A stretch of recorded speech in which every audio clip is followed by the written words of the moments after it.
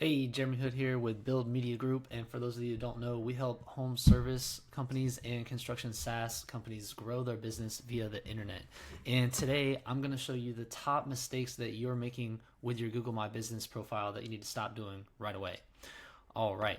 So I've got just a regular Walmart profile pulled up here in Spokane, Washington, and the first thing that I see people do is they try to make too many changes at once.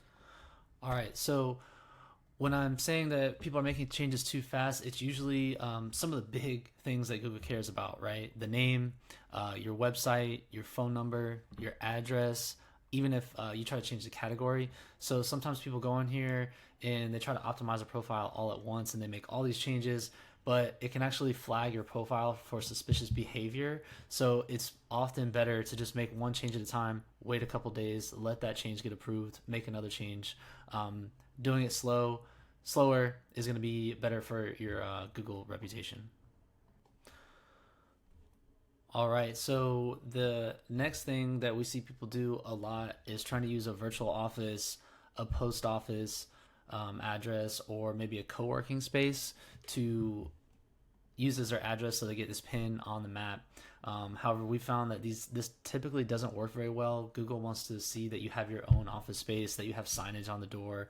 So, of these three options, maybe a co working space is the best because if you do pay for your own office, you could put some signage up on it.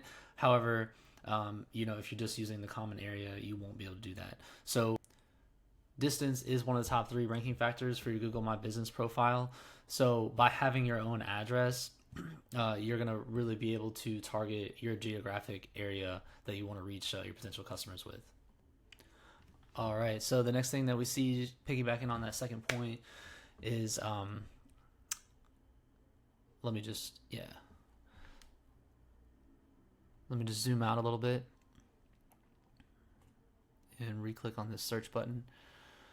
So, if you have a certain service area that you want to target, and you try to create fake GMBs in different areas of your city using one of these virtual offices, it's not going to end well. It eventually leads to suspension. But as you can see, there are actually a couple Walmart supercenters around here that have an actual address. Customers can go visit that address. There's signs clearly on the building.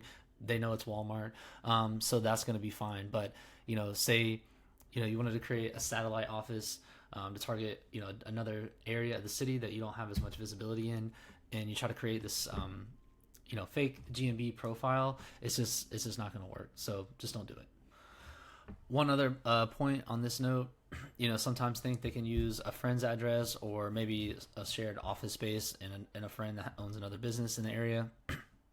Just know that verification is getting more and more complex with these Google My Business profiles. Sometimes they're asking for a video call, and sometimes they even take it a step further to say they want to see your business name on a signed lease for the office space. So just something to think about. Don't try to trick Google. It doesn't usually end well.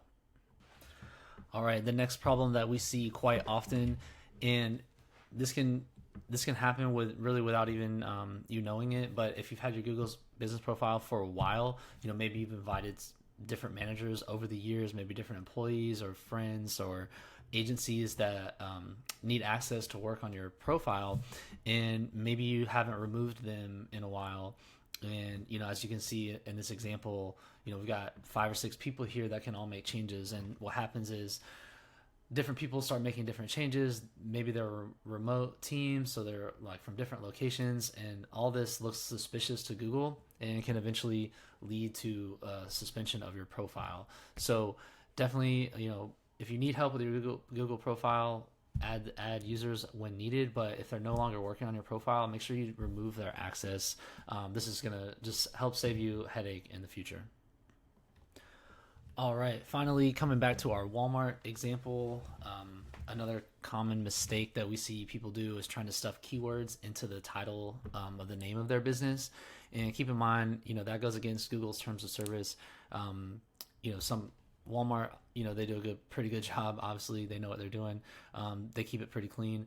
But maybe a local grocery store might put like grocery store or any type of keyword next to their name in the business, but it actually needs to be, if you want to use that keyword, it actually needs to be like registered with your actual name, with whatever state you're in. So something to think about if you're ever registering a new business, or if you want to update your name, and you want to use maybe a certain keyword in all of your marketing materials, or especially on Google, make sure that it's registered that way so that you can stay within Google's guidelines. All right, so those are the few common errors that we're seeing people make on their Google My Business profile. Hopefully that was helpful. If you'd like more tips, be sure to subscribe to our channel, and if you'd like them straight to your inbox as soon as they get published, go ahead to head to our website, buildmediagroup.com. Go ahead and find any of our blog posts under the blog page, and when you open one of those up, you'll see this pop up. Go ahead and throw your email in there and you'll be all set.